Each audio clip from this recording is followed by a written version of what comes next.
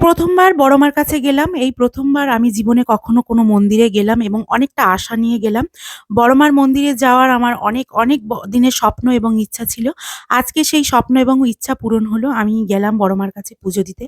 পুজো দিতে যাওয়ার সময় ভিডিওটা বানিয়েছিল। আর এই যে দেখো আমরা এখন ব্রিজের উপর দিয়ে বড় মার কাছে যাচ্ছি হাঁটতে, হাঁটতে।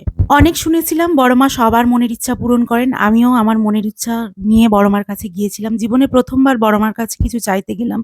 সত্যি বলতে মন্দিরে হোক বা কোনো তীর্থস্থানে আমি যখনই গেছি তখনই বুক ভরা ভালোবাসা নিয়ে গেছি।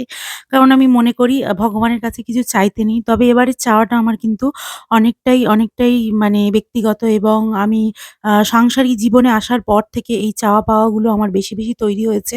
তো আমার টাকা পয়সা, গাড়ি বাড়ি কিছুই চাই না। কারণ বড় মা আমাকে কখনোই ভাতের অভাব দেননি। সেইজন্য আমি সবসময় মনে করি যে আ আমার যা কিছু আছে তাতেই আমি সন্তুষ্ট এবং তাতেই আমি ভালো আছি।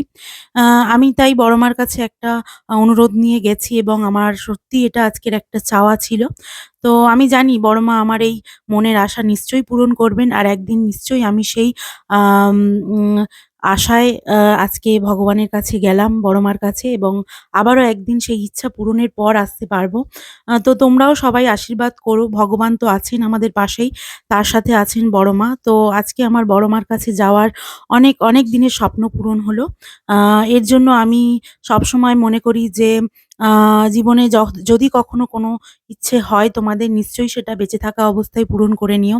একদিন না একদিন ভগবান সবাইকে আম তার আ সৎ পথে চলা এবং ভালো কাজকে নিশ্চয়ই ভগবান সাপোর্ট করেন, ভালোবাসা দেন এবং ভগবান এটুকু জানেন যে যে মানুষ সৎ এবং আ অল্পেতেই তুষ্ট তাদেরকে দুহাত ভরে ভগবান কিন্তু দিয়ে থাকেন। তো আজকে দেখো এখানে এখন নৈহাটিতে আমি চলে গেছি বড় মার নৈহাটি স্টেশনে নামার পরে এখানে আমরা এখন যাবো হাঁটতে, হাঁটতে মায়ের মন্দিরের দিকে। তার আগে আমরা একটু প্রসাদ নিয়ে নিচ্ছি।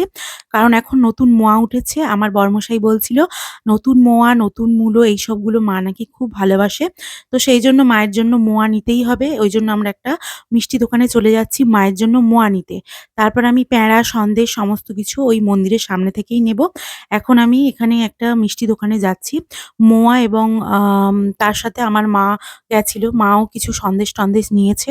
তো সেইজন্য আমরা একটা মিষ্টির দোকানের দিকে যাচ্ছি। আর হাসি, হাসি মুখটা কেন না আমি নৈহাটি স্টেশনে নামতেই ২ টো টোটো ভাই আমাকে ১ম এ একটা টোটো ভাই বলল, "দিদিভাই কেমন আছো?" আমি বললাম, "ভালো আছি।" তো এর মানে এটাই যে সেই মানুষটার সাথে তো আমার চেনা পরিচয় নেই সেই ভাইটার সাথে। সে মনে হচ্ছে আমার ভিডিও দেখে সেইজন্য আমাকে জিজ্ঞেস করল, "ভালো আছো কি?"